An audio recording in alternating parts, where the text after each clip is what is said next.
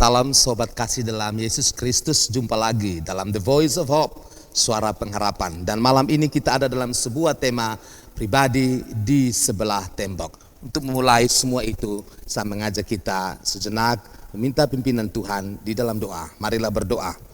Ya Tuhan, kami mohon Engkau hadir dengan Roh Kudus-Mu, supaya saat ini kami benar-benar dikuatkan dengan kebenaran firman-Mu sebagai satu-satunya sumber kekuatan terbesar bagi kami dalam menjalani hidup yang penuh kasih bersama Tuhan dan juga orang-orang yang kami kasihi. Terpujilah nama-Mu Tuhan Yesus. Amin.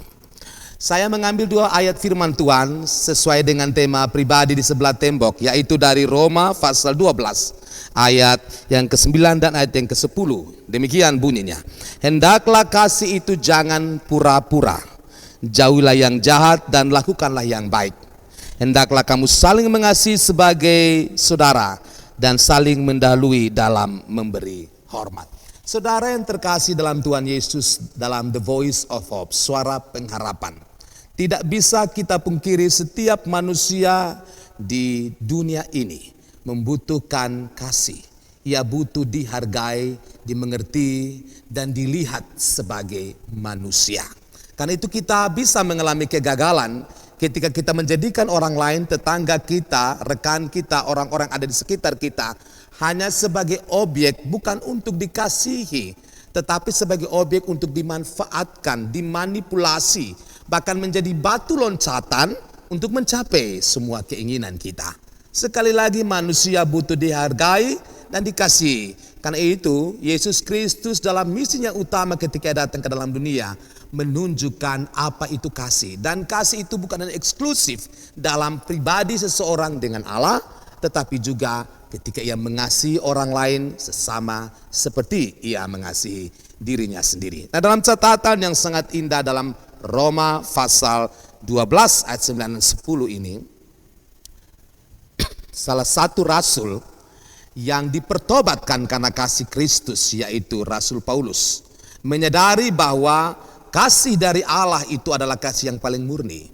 Dan ketika ia menerima kasih itu, maka ia telah merubah hidupnya dalam hubungan dengan orang lain. Yakni bagaimana orang lain tidak hanya dilihat sebagaimana waktu dahulu, sebagai ancaman di dalam pelayanan dan ancaman dalam kehidupannya, tetapi ia melihat pribadi orang lain sebagai bagian dari dirinya sendiri. Di dalam surat Roma 12 ayat 9 dan 10, Paulus katakan, hendaklah kasih itu jangan pura-pura. Jauhilah yang jahat dan lakukanlah yang baik. Apa artinya kasih itu jangan pura-pura? Secara simpel itu berarti hendaklah jangan bersandiwara dalam mengasihi orang lain. Karena orang akan tahu ketika kita bersandiwara pada satu waktu, dia akan merasa terhianati, dia akan merasa tersakiti. Karena ternyata dia tidak dilihat secara utuh sebagai manusia yang pantas untuk dikasihi. Nah, dalam kehidupan kita bersama dengan tetangga, keluarga, orang lain di sekitar kita, rekan-rekan sekerja kita, kita perlu memupuk diri, melatih diri, mengasihi orang lain seperti apa adanya, bukan dengan kepura-puraan. Karena ketika kepura-puraan itu terjadi, kita sepertinya mengulangi tragedi yang diperbuat oleh salah seorang murid Yesus, yaitu Yudas kepada Yesus. Saudara, flashback dalam kisah Yesus, ketika Yudas mencium dia, Yudas berpura-pura mau mengasihi dia. Tetapi di belakangnya Yudas menjual Yesus dengan 30 keping perak. Dalam konteks ini Yesus mengatakan anak manusia memang harus mati, menderita. Tetapi celakalah tangan yang menyerahkannya. Artinya Yesus juga mau mengajari. Belajarlah untuk mengasihi dengan tulus, bukan dalam kepura-puraan. Karena dia akan membawa sebuah tragedi dan membuat orang lain justru merasa bahwa sebenarnya apa yang kita lakukan tidak pernah memberi manfaat apapun dalam kehidupannya. Karena terselubung dengan sebuah kata kepura-puraan. Dalam catatan lain, kepura-puraan juga bisa berarti kemunafikan. Tokoh-tokoh Yunani biasa memerankan gambaran atau watak-watak orang tertentu ya dengan memakai topeng. Jadi ketika mungkin wajah mereka atau mereka sedang bersedih, mereka bisa memakai topeng orang yang sedang tertawa dan bahagia. Nah, ketika kita hubungkan dengan kasih yang berpura-pura, seperti itulah kita tidak menampilkan jati diri yang sesungguhnya. Padahal perubahan yang mau Kristus buat dalam kehidupan saudara dan saya, inside outside, dari dalam menuju keluar. Dan itu tidak akan lama, tidak bisa mutlak terjadi kalau kita hidup di dalam kepura-puraan. Dalam hubungan dengan tetangga, dengan rekan kerja, dengan orang lain di sekitar kita, mereka akan merasakan apakah kita tulus atau tidak. Saya ingat satu kisah yang sangat dramatis ketika Julius Caesar, ya, seorang pahlawan yang hebat, seorang pemimpin yang hebat, akhirnya terbunuh mati. Ada satu kalimat yang merupakan kalimat yang sangat terkenal sebelum kematiannya, tentang kepura-puraan orang lain dalam mengasihi dia. Siapa itu? Sahabat baik daripada Julius Caesar, yaitu Brutus. Konon Brutus salah satu orang yang menikam Julius Caesar sehingga mati. Karena itu sebelum Julius Caesar mengembuskan nafas terakhir, ia mengeluarkan sebuah statement, engkau juga Brutus. Artinya ternyata kau mengasihi saya dalam kepura-puraan. Ternyata kau tidak pantas menjadi sahabat saya, karena kau tidak pernah mengerti apa kasih yang sesungguhnya. Saya pikir ini patut kita renungkan.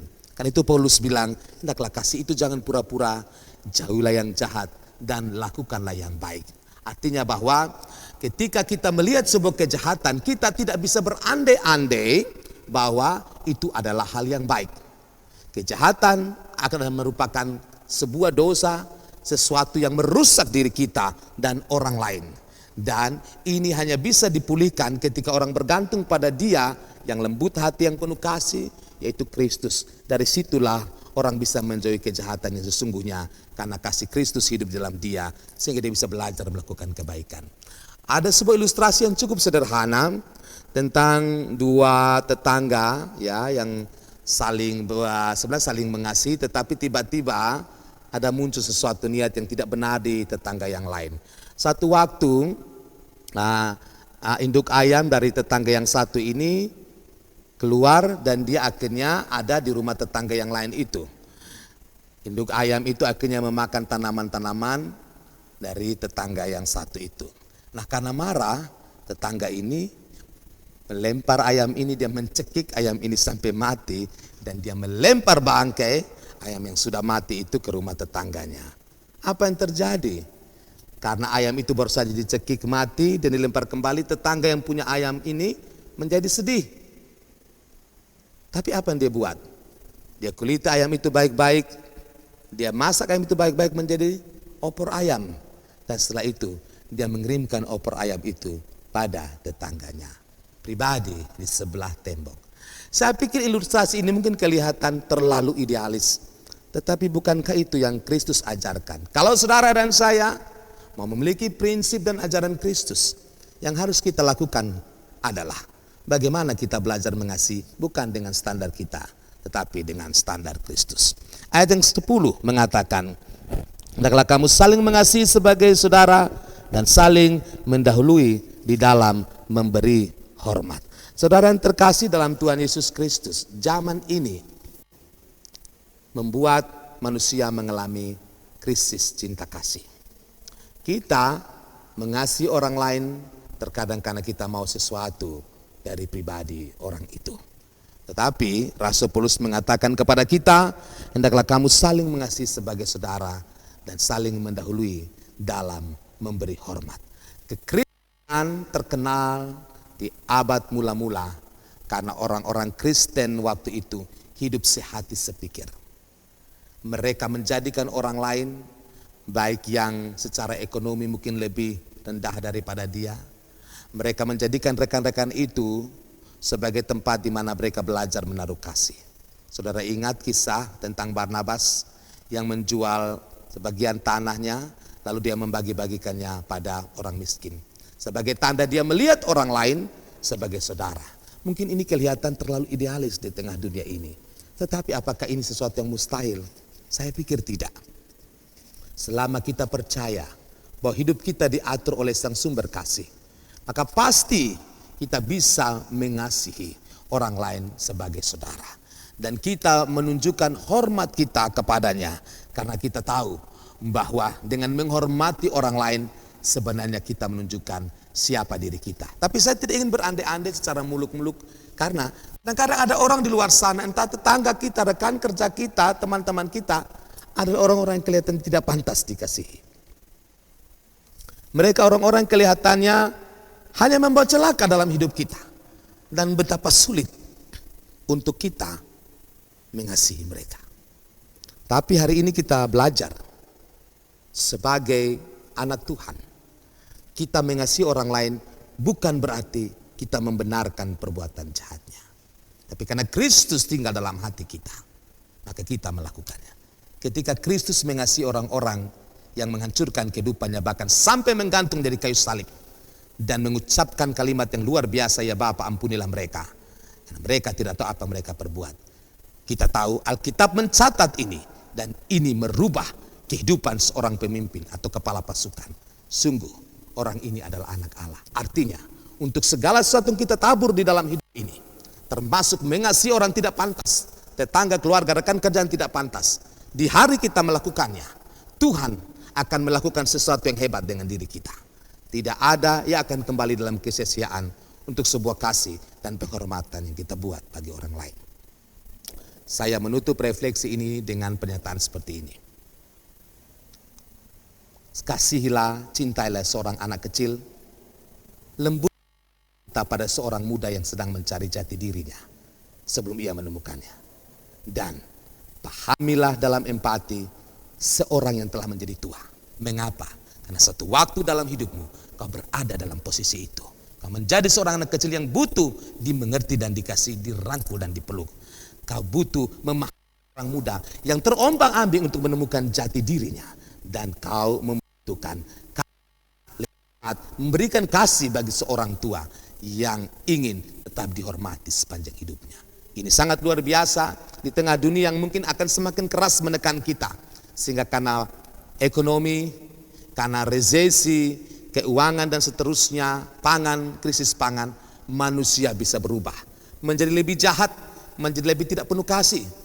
Kasus-kasus yang terjadi di mana-mana, pembunuhan, penipuan, dan juga perampokan, segala sesuatu yang merusak jati diri manusia yang sesungguhnya.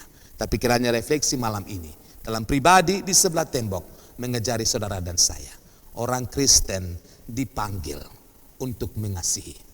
Dan ketika ia mengasihi, ia telah menunjukkan siapa Kristus yang sesungguhnya. Karena memang orang tidak peduli berapa banyak yang kita tahu, tapi bagaimana kita mempedulikan mereka. Sekali lagi, pada akhirnya orang tidak peduli berapa banyak yang saudara dan saya tahu, tapi bagaimana kita mempedulikan mereka. Dan itulah kasih yang sesungguhnya, karena saudara dan saya telah menerima kasih dari Allah. Karena itu pantaslah, seharusnya kita membaginya dengan orang lain. Tuhan memberkati firman-Nya dan memberkati refleksi malam ini. Kiranya tema firman Tuhan dalam The Voice of Hope, suara pengharapan, sungguh memberi pengharapan bagi kita semua. Amin. Shalom.